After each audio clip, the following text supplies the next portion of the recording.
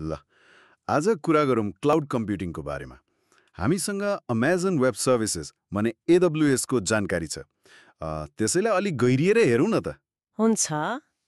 यो cloud computing आजकल निकै सुनिन्छ होइन? हो नि, खासमा यो के हो, कसरी चल्छ अनि फाइदा के छन् त? सरल भाषामा बुझ्न पाए हुन्थ्यो। अँ क्लाउड कम्प्युटिङ भनेको यस्तो के इन्टरनेटबाटै कम्प्युटिङ सेवा लिनु हो। इन्टरनेटबाटै कस्तो सेवा?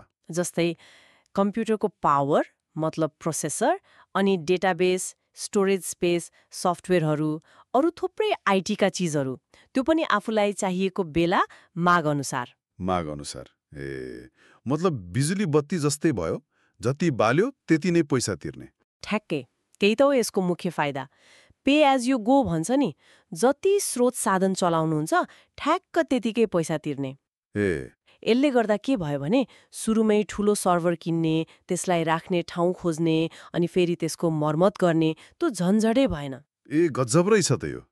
भनेपछि कुनै नयाँ काम सुरु गर्दा महँगो कम्प्युटर सर्भर किन्न पैसा खन्याउनु परेन। सुरुको लगानी हार्डवेयरमा त लगभग शून्य नै हुन्छ। अनि त्यसलाई चलाउने मर्मत गर्ने मान्छे नि त्यो समय त्यो पनि बचत भयो। अनि अर्को कुरा, तपाईलाई जब चाहिन्छ नि जस्तो खालको जति क्षमताको स्रोत चाहिन्छ त्यो लगभग तुरन्तै पाइन्छ के। तुरन्तै कसरी? उनीहरूको सिस्टमबाटै मिलाउने हो। मानौ तपाईँको वेबसाइट छ होइन, अचानक धेरै मान्छे आयो भने ट्राफिक बढ्यो भने हो, ट्राफिक बढ्यो भने तुरन्तै सर्भरको पावर बढाउन मिल्यो। फेरि मान्छे घटे, ट्राफिक कम भयो भने फेरि घटाइदिने। घटाइदिने, पैसा बच्यो नि। ओहो, यो त निकै लचिलो पो रहेछ त। फ्लेक्सिबल भन्छ नि अङ्ग्रेजीमा। एकदमै असाध्यै लचिलो। यहाँ अर्को एउटा चाखलाग्दो कुरा के छ भने चाहे तपाईँ लाखौं मोबाइल प्रयोगकर्ताको लागि फोटो सेयर गर्ने एप चलाउनुहोस् वा कुनै ठूलो कम्पनीको एकदमै महत्त्वपूर्ण संवेदनशील कामहरू चलाउनुहोस्, AWS जस्ता क्लाउड सेवा दिने प्लेटफर्मले नि यो सबै गर्न चाहिने आइटी स्रोतहरू छिट्टै मिलाइदिन्छ अनि तुलनात्मक रूपमा सस्तो पनि पर्छ।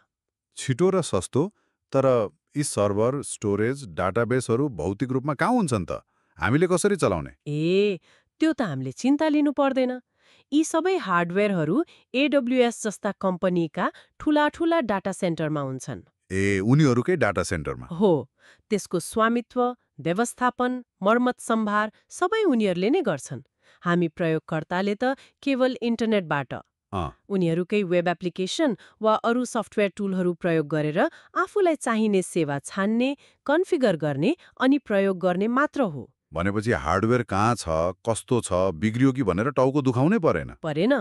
प्रयोगकर्ता त्यो पूर्वाधार मतलब इन्फ्रास्ट्रक्चर व्यवस्थापनको झन्झटबाट मुक्त हुन्छ। अनि आफ्नो मुख्य काममा, जस्तै नयाँ एप बनाउने हो कि व्यापार बढाउने हो कि त्यसमा बढी ध्यान दिन पायो। यो सबै सुन्दा त क्लाउड कम्प्युटिङले आइटी स्रोत प्रयोग गर्ने तरिका नै पुरै बदलेको जस्तो लाग्यो मलाई त। हो नि। मुख्य फाइदाहरू के भयो त? फेरि एकचोटि भन्नुहोस् न। लागत कम हुने भयो। हो, लागत प्रभावकारी भयो। अनि जति बेला जति चाहियो त्यति नै तुरुन्तै पाउन सकिने भयो। स्केल गर्न सजिलो। स्केलेबिलिटी र इलास्टिसिटी भन्छ त्यसलाई। अनि व्यवस्थापनको झन्झटबाट मुक्ति, होइन त? तपाईले ठ्याक्कै समात्नुभयो।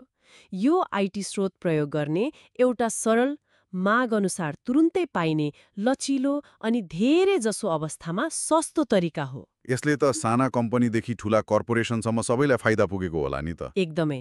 सबैले आफ्नो आवश्यकता अनुसार आइटी स्रोत सजिलै प्रयोग गर्न पाएका छन्। ल, आज हामीले AWS को स्रोतलाई आधार मानेर क्लाउड कम्प्युटिङको आधारभूत कुराहरू बुझ्ने कोसिस गर्यौं।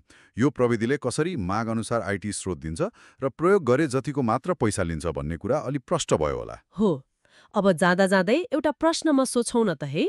हुन्छ, के प्रश्न? स्रोतमा त यो कुरा छैन, तर विचार गरौँ, यो माग अनुसार तुरन्तै पाउने र प्रयोग गरे जतिको मात्र तिर्ने मोडेलले भविष्यमा अरू कुन कुन क्षेत्रमा यस्तै नयाँ आविष्कार मतलब इनोभेसन ल्याउन सक्ला? राम्रो प्रश्न। अनि यसले व्यवसायहरू चल्ने तरिकालाई अझै कसरी परिवर्तन गर्दै लैजाला? सोच्न लायक कुरा छ नि, होइन र?